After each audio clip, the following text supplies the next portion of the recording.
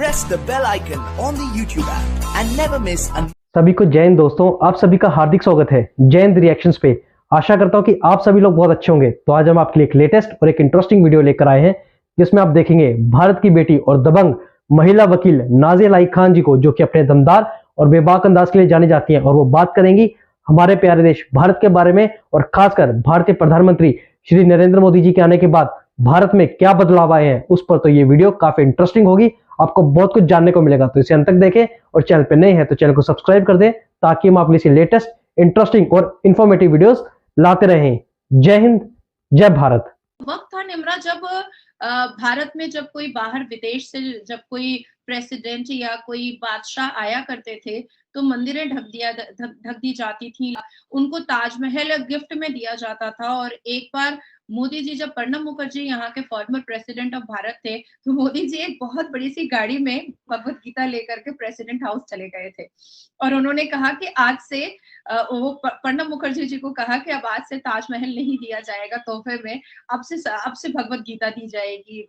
जो भी बाहर से विदेश से हमारे मेहमान आते हैं उनको देती हूँ। तो मुझे कई मुसलमान आकर के कह देते हैं क्यों ताजमहल में क्या बुराई है। मैं तो कहती हूँ कि ताजमहल तो एक कब्रिस्तान है ना भाई, उसमें तो मुर्दे दफन है ना। और ताजमहल तो कोई प्रेम की निशानी नहीं है, ताजमहल तो अश्लीलता की निशानी है।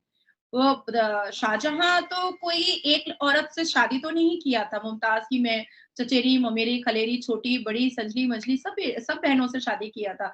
तो एक अश्लीलता की निशानी और एक कब्रिस्तान को निशानी देना नॉट गुड। मुझे नहीं लगता है कि ये सही होती हूँ कि मैं भारत की पुत्री हूँ। तो जब मुझे विदेश जाना होगा तो मैं चड्डी थोड़ी पहन लूंगी कि भाई मैं विदेश जा रही हूँ, मैं तो छोटा छोटा माइक्रो मिनी पहनूंगी तभी वो लोग मुझे रिस्पेक्ट करेंगे। नहीं, मेरी जो सभ्यता है वो उसी के द्वारा मैं जाऊंगी। मैं खादी ही पहन कर जाऊंगी, मैं जूट का चप्पल ही पहन करके जाऊंगी। प्रॉमिस करते हैं वो उसको पूरा करते हैं। 1981 में उन्होंने प्रॉमिस किया था, जब वो कोई बड़े लीडर नहीं थे, वो खेतों खलियानों में और सड़कों के किनारे वो बैठ करके प्रदर्शन किया करते थे और उनको बिल्कुल भी नहीं पता था कि वो भारत के प्रधानमंत्री बन जाएंगे। बिल्कुल नहीं पता था, वो नहीं जानते थे। वो प्रदर्शन किस चीज का किया करते थे, मास पिटिशन किस चीज की कराया करते थे, राम मंदिर के लिए कराया करते थे। और उस वक्त वो कहा करते थे कि राम मंदिर बन के रहेगा और मैं बना के रहूंगा। अब आप सोचो कि भाई एक इंसान है जिसको 1981 में ये भी नहीं पता, जैसे मुझे भी नहीं पता है कि मैं कल को कहां पहुंच जाऊंगी। 370 उन्होंने पहले से कहा हुआ था, ये कोई नई बात नहीं है, पहले से कहा हुआ था। 1993 की आप मोदी जी की बहुत सारी गूगल में तस्वीरें निकाले, वो धरने में बैठे हुए एक चौकी पर और 370 आर्टिकल हटाया जाए, ये बैनर पीछे लगा हुआ है, वो भी हाथ से लिखा हुआ। कोई प्रिंटिंग और बैनर पोस्टर नहीं, वो हाथ से लिखा हुआ है, मोदी जी के हाथ से लिखा हुआ है कि 370 हटना चाहिए। तभी किसी की बहन बेटियों को नंगा करके उनके साथ अश्लीलता नहीं करते हैं, जोर जबरदस्ती या तलवार दिखा करके शलवार ना पहनाते हैं ना शलवार उतारते हैं, दोनों काम नहीं करते। अब मुझे पसंद नहीं है, मैं वहां नहीं जाऊंगी, है ना। अगर कल को मुझे भगवान नहीं पसंद आएंगे, मैं भारत में नहीं रहूंगी, मैं सीधा पाकिस्तान चले जाऊंगी। लेकिन क्योंकि मैं करके और भगवान को भी मलाइंग और डिफेम करने के बावजूद भी भारत के सनातनी कानूनी प्रक्रिया पर भरोसा करते हैं, कानून पर वो टिके रहते हैं कि जो कानून कहेगा हम उसी को मानेंगे। अब आप सोचो हम कितने परसेंट है यहाँ पर, हम 14% है। अपनी गली में तो कुत्ता भी शेर होता है। आप भी करारे का जवाब देती हैं पब्लिक रिव्यू के वक्त, जब भी आपके साथ कुछ गलत हरकतें मुसलमान मर्द करते हैं तो आप बड़ा जबरदस्त रिप्लाई देती हैं। उसके लिए मुझे बहुत खुशी होती है आपको देख करके, स्पेशली आपको देख करके, क्योंकि सिर्फ एक आप ही फीमेल है जो रिएक्शन देती हैं पब्लिकली, तो वो मुझे बहुत अच्छा लगता है। Thank you so much invite करने के लिए। थैंक यू मैम, बस आपको देख देख के हिम्मत आ गई है। Thank you so much. This is my achievement कि भारत से पाकिस्तान तक मैं लड़कियों को एम्पावर करने की हिम्मत रख रही हूँ। Thank you so much ma'am, thank you. और अब बात करते हैं फ्रांस के प्रेसिडेंट जो कि भारत के अंदर मौजूद है। सेल्फीज भी वायरल हो रही हैं, गिफ्ट जो प्राइम मिनिस्टर मोदी ने उनको दिया है वो भी काफी ज्यादा वायरल हो रहा है। तो इसी पर आपसे चर्चा करेंगे। मैम बताइएगा इस पूरे सिनेरियो को आप कैसे देखती हैं? हाँ जी, जयपुर को हम पिंक सिटी कहते हैं और काफ़ी इकोनॉमिकली बहुत स्ट्रॉन्ग सिटी है जयपुर। हाँ, डायमंड्स वगैरह और आर्ट कल्चर को लेकर के जयपुर हमेशा हमेशा बहुत वैल्यूएबल रहा है भारत के अंदर। और हुँ, जयपुर एक ऐसा सिटी है जहाँ जाने के बाद आपको ऐसा लगेगा कि अ, मतलब महाराजाओं जो जयपुर और उदयपुर जैसे ऐसे ऐसे मतलब इंफ्रास्ट्रक्चर ऐसा है कि पुराने जमाने में मराठा महाराजा और जो उस वो ईरा हुआ करता था वैसा दिखाई देता है। और आज भी इंफ्रास्ट्रक्चर को चेंज नहीं किया गया है, आज भी इंटीरियर को चेंज नहीं किया गया है। और जयपुर के हवा महल में मैं कई बार विजिट कर चुकी हूँ। जयपुर के जो 5 स्टार होटल्स भी हैं, वो भी महल की तरह बने हुए हैं, वो होटल्स की तरह नहीं बने हुए हैं। और उनके एंट्रेंस वगैरह भी बिल्कुल महल की तरह है। हाँ, ये बात सच है कि राजस्थान में जयपुर आता है और राजस्थान में अशोक गहलोत की सरकार के वक़्त में राजस्थान में काफ़ी दुर्नीतियाँ और काफ़ी महिलाओं के साथ बहुत दुर्व्यवहार हो रहा था। पर जैसे ही भारतीय जनता पार्टी की सरकार वहाँ पर बनी है, अभी हालिया में बनी है, वैसे ही धीरे-धीरे जयपुर अब बहुत वास्ट, फास्ट और बहुत खूबसूरत और भी ज़्यादा खूबसूरत होता चला जा रहा है। खास करके महिलाओं की सेफ्टी और सिक्योरिटी पर बहुत ज़्यादा ध्यान रखा जा रहा है। जो बिज़नेसमैन को पहले आराम से लूट-पाट कर लिया जाता था, अब वो बिज़नेसमैन सर उठा करके चल रहे हैं, क्योंकि उनके उनको ऐसा फ़ील हो रहा है कि नहीं भाई भारतीय जनता पार्टी की सरकार है तो हर कोई सेफ और सिक्योर है। तो जयपुर के हवा महल की बहुत सारी फ़ोटो और सेल्फीज़ बहुत वायरल हुई है। उसके बाद चाय पे चर्चा हुई है और यूपीआई से खर्चा भी हुआ है, दोनों चीज़ें हुई हैं।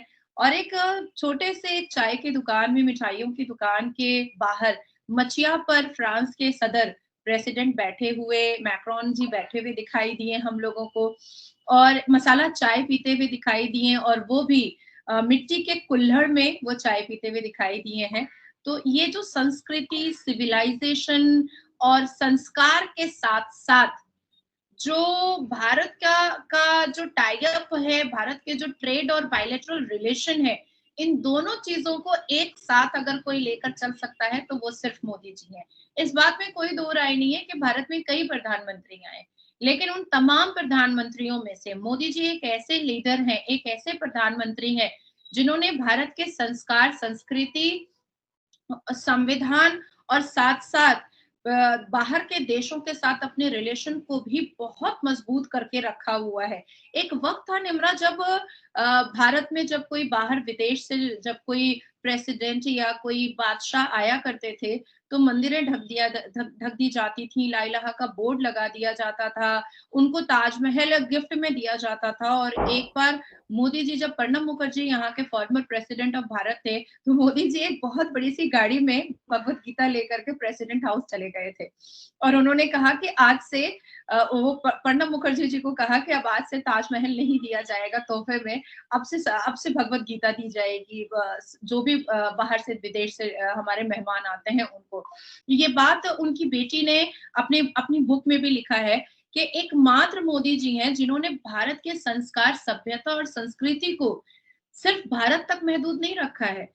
इतना इतना ज़्यादा रिनाउंड हो चुका है कि भारत की संस्कृति और सभ्यता कि अब लोग मुस्लिम ममालिक में भी उस सभ्यता और संस्कृति को निभा रहे हैं। उसको फ़ॉलो करना एक एक अपने आप में अनुभव लेना उसको फ़ॉलो करके एक बहुत खूबसूरत अडैप्टेशन समझ रहे हैं वो। तो ये बहुत बड़ी बात है और ये मात्र मोदी जी हैं, मात्र मोदी जी हैं।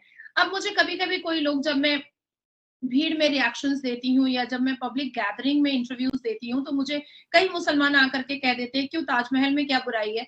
मैं तो कहती हूँ कि ताजमहल तो एक कब्रिस्तान है ना भाई, उसमें तो मुर्दे दफन है ना। और ताजमहल तो कोई प्रेम की निशानी नहीं है, ताजमहल तो अश्लीलता की निशानी है। वो शाहजहाँ तो कोई एक औरत से शादी तो नहीं किया था, मुमताज़ की मैं चचेरी, ममेरी, खलेरी, छोटी, बड़ी, संजली-मंजली सब बहनों से शादी किया था। तो एक अश्लीलता की निशानी और एक कब्रिस्तान को निशानी देना नॉट गुड। मुझे नहीं लगता है कि ये सही होता है। तो जिस हिसाब से म मोदी जी ने भारत के प्रधानमंत्री ने मैक्रोन जी को एक रेप्लिका जो है वो अयोध्या राम मंदिर का दिया है। वो एक खूबसूरत संदेश दिया गया है, एक खूबसूरत तोहफ़ा दिया गया है और एक संस्कृति और संस्कार का अनुभव एक दूसरे के दरमियान 2 देशों के दरमियान बीच में आया है, तो मुझे लगता है कि ये संस्कृति और संस्कार आगे भी चलता रहेगा और हमारे देश के युवा और जितनी भी पुत्र और पुत्री हैं हमारे देश के, वो इसको चलाते रहेंगे। दोस्तों आशा करता हूं कि वीडियो को आपने अंत तक देखा होगा और हमेशा की तरह नाज़िया इलाही खान जी का दमदार अंदाज और बेबाक राय आपको काफी पसंद आई होगी, जहां पे नाज़िया जी ने बात की हमारे प्यारे देश भारत के बारे में, जो तेजी से तरक्की कर रहा है और खासकर इंटरनेशनल लेवल पे भारत का दबदबा तेजी से बढ़ रहा है, जिसका बहुत बड़ा श्रेय जाता है हमारे भारत के प्रधानमंत्री श्री नरेंद्र मोदी जी को। वेल, मोदी जी की एक बात तो माननी पड़ेगी, चाहे देशों के साथ रिश्ते बनाने हो या देशों के जितने भी हेड्स हैं उनके साथ दोस्ती करनी हो, उसमें मोदी जी का कोई भी मुकाबला नहीं है। और ये कहना भी गलत नहीं होगा कि मोदी जी ना सिर्फ एक नेशनल लीडर है बल्कि वो एक वर्ल्ड लीडर है। और दूसरे देशों के हेड जब भारत आते हैं, उनको जो गीता देने की एक प्रथा मोदी जी ने शुरू किया है, वो एक लाजवाब और काबिले तारीफ है। तो आशा करता हूं कि वीडियो आपको काफी पसंद आई होगी। अगर ये वीडियो आपको अच्छी लगी है तो इसे लाइक और शेयर जरूर कर दें और अपने विचार हमें कमेंट सेक्शन में लिखकर जरूर बताएं। और एक बार फिर चैनल पर नए हैं तो चैनल को सब्सक्राइब कर दें, ताकि हम अपनी इसी लेटेस्ट, इंटरेस्टिंग, मजेदार और इंफॉर्मेटिव वीडियोस लाते रहें। तो चलिए फिर मिलेंगे ऐसी किसी दमदार वीडियो में, तब तक अपना ध्यान रखिए। जय हिंद, जय भारत।